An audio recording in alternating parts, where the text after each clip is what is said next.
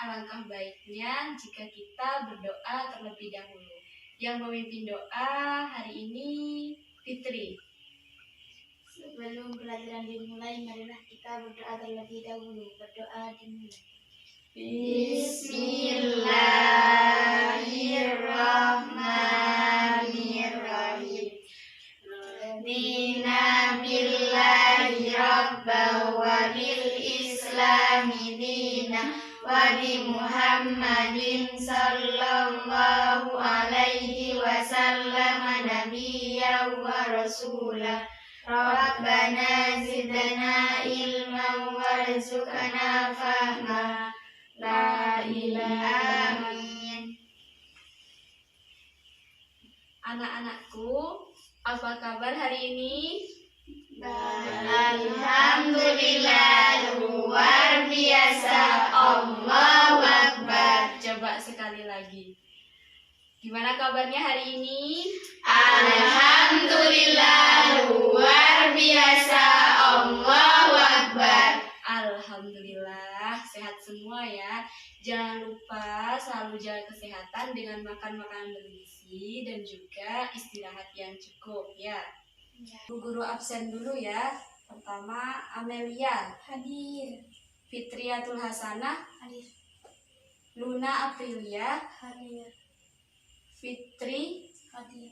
Halim Hadir. Laili. Hadir. Hari ini kita akan belajar tentang sistem gerak manusia dan hewan. Apakah kalian tahu apa itu sistem gerak?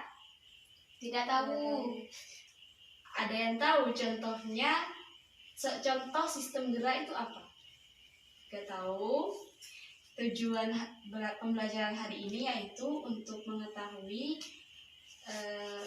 tentang sistem gerak manusia dan juga hewan, dan manfaatnya yaitu mendapat banyak pengetahuan mengenai organ gerak manusia dan hewan dan mendapat pengetahuan untuk senantiasa menjaga organ gerak kita. Oke, sebelum memulai pelajaran, gimana kalau kita tepuk semangat dulu? Ayo tepuk semangat. Semangat. Semangat. Jadi silakan disimak penjelasan dari Bu Guru ya. Pertama yaitu organ gerak manusia dan hewan. Salah satu ciri dari makhluk hidup yaitu bergerak. Secara umum, gerak dapat diartikan berpindah tempat atau perubahan posisi sebagian atau seluruh bagian dari tubuh. Makhluk hidup akan bergerak apabila ada rangsangan yang mengenai sebagian atau seluruh bagian tubuhnya. Gerak pada manusia dan hewan menggunakan organ gerak yang tersusun dalam sistem gerak. Organ gerak berguna untuk berjalan, berlari, melompat, meloncat, apalagi? Terbang. Terbang, memegang, menggali, memanjat, berenang, dan sebagainya. Organ gerak pada hewan dan manusia memiliki kesamaan. Alat-alat gerak yang digunakan pada manusia dan hewan ada dua macam, yaitu alat gerak pasif berupa tulang dan alat gerak aktif berupa otot. Jadi kita itu memiliki dua sistem organ gerak, yaitu otot dan juga tulang. Nah, keduanya itu saling berhubungan dan saling berketerkaitan. Jadi kalau misalkan tulang kita dalam masalah, itu juga akan berpengaruh pada pergerakan kita. Begitupun kalau otot kita dalam masalah, kita juga tidak akan bisa bergerak.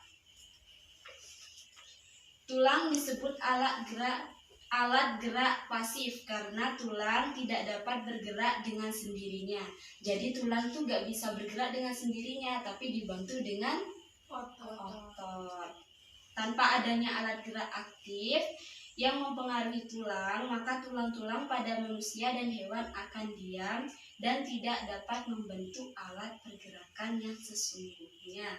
Walaupun merupakan alat gerak pasif, akan tetapi tulang mempunyai peranan yang besar dalam sistem organ gerak manusia dan hewan. Coba kalian bayangkan kalau kalian tidak punya tulang, gimana?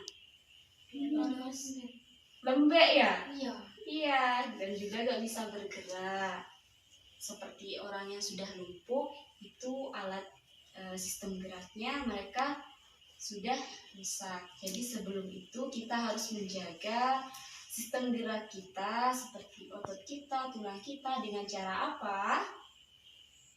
Dengan cara apa kita menjaga sistem gerak kita agar selalu sehat? Makanan yang bergizi. Ya, terus ada lagi yang penting, olahraga. Ya, bisa kita lihat di sini ada organ gerak pada kelinci. Nah, di sini ada tengkorak, tulang leher, dan juga ada tulang paha, ada tulang kaki. Dan yang paling terpenting pada kelinci itu yaitu pada bagian kaki di belakang. Jadi bisa kalian lihat kaki belakang dengan kaki depan itu lebih panjang yang di belakang karena digunakan untuk Berobat. Iya, betul sekali. Jadi sistem gerak utama pada kelinci yaitu pada kaki yang di belakang. Makanya di situ dia memiliki tulang yang lebih panjang. Sini juga kita lihat sistem gerak pada katak. Sini juga katak memiliki kaki yang panjang karena katak juga melompat. Ada tengkorak juga, ada rongga mata, ada tulang ekor, ada pangkal paha, ada ruas jari. Jadi intinya semua hewan dan juga manusia itu memiliki sistem gerak masing-masing dan semuanya itu sama, yaitu terdiri dari tulang dan juga otot. Sini juga ada sistem gerak pada ikan. Kalau ikan biasanya digunakan untuk berenang. Untuk misalnya katak ya, kalian pernah tahu renang gaya katak? Pasti tahu dong. Tahu. Jadi pergerakannya tuh seperti katak sedang berenang ya. Jadi berarti di situ membuktikan bahwa sistem gerak katak itu juga utamanya pada kaki, pada sistem yang untuk melompat, sistem gerak untuk melompat. Di sini juga ada sistem gerak pada kadal, ada tulang belakang, ada tulang kaki. Kalau kadal itu kebanyakannya itu bergeraknya itu apa? Kakinya ya lari ya. Kalau ada mangsa, dia pasti menggunakan kakinya untuk berlari. Selanjutnya kita akan mempelajari organ gerak pada manusia. Jadi di sini ada penjelasan sistem gerak pada manusia. Yang pertama yaitu tulang tengkorak yang melindungi kepala kita. Ada tulang selangka, ada tulang belikat, ada tulang dada, ada tulang punggung. Di sini bisa kalian amati sistem gerak pada manusia. Selanjutnya kita akan mempelajari muatan bahasa Indonesia. Kita akan mempelajari mengenai ide pokok. Apakah kalian tahu apa itu ide pokok? Ide pokok adalah gagasan yang menjadi dasar sebuah paragraf. Ide pokok disajikan ke dalam bentuk kalimat utama. Kalimat utama yang memuat ide pokok ini bisa berada di awal paragraf, di tengah paragraf, dan bahkan ada di akhir paragraf. Contoh paragraf pertama. Ide pokoknya salah satu ciri dari makhluk hidup adalah bergerak. Maka kalimat pengembangnya, secara umum gerak dapat diartikan berpindah tempat atau perubahan posisi sebagian atau seluruh bagian tubuh makhluk hidup. Jadi ide pokok itu gagasannya, dasar dari sebuah paragraf. Nah, kalimat pengembangnya kita kembangkan ide pokok yang sudah ada. Coba kalian kerjakan di sini. Ide pokoknya yaitu organ gerak terdiri atas dua macam. Organ gerak banyak sekali fungsinya. Tanpa organ gerak, manusia tidak dapat bergerak. Ini kalian kembangkan menjadi sebuah paragraf.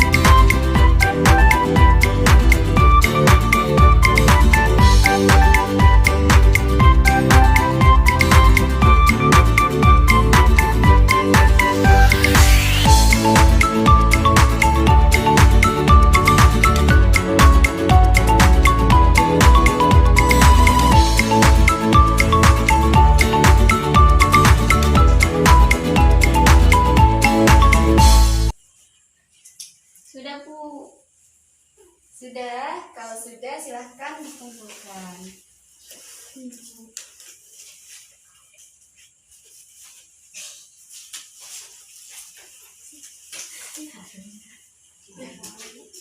Masih belum. Sudah.